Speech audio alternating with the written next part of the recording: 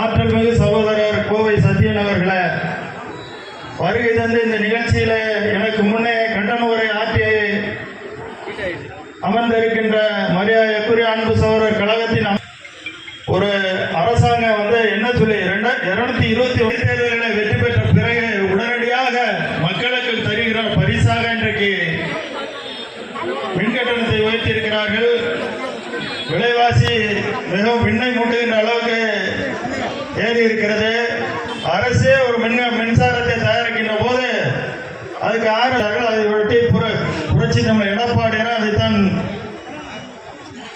அடியொற்றி வந்தார்கள். ஆனால் இன்றைக்கு ஆளுகின்ற திமுக அரசு அவங்க ஆட்சிக்கு வந்தாலே கரண்ட் இருக்காது, கரண்ட் பில்லு ஏறிடும்.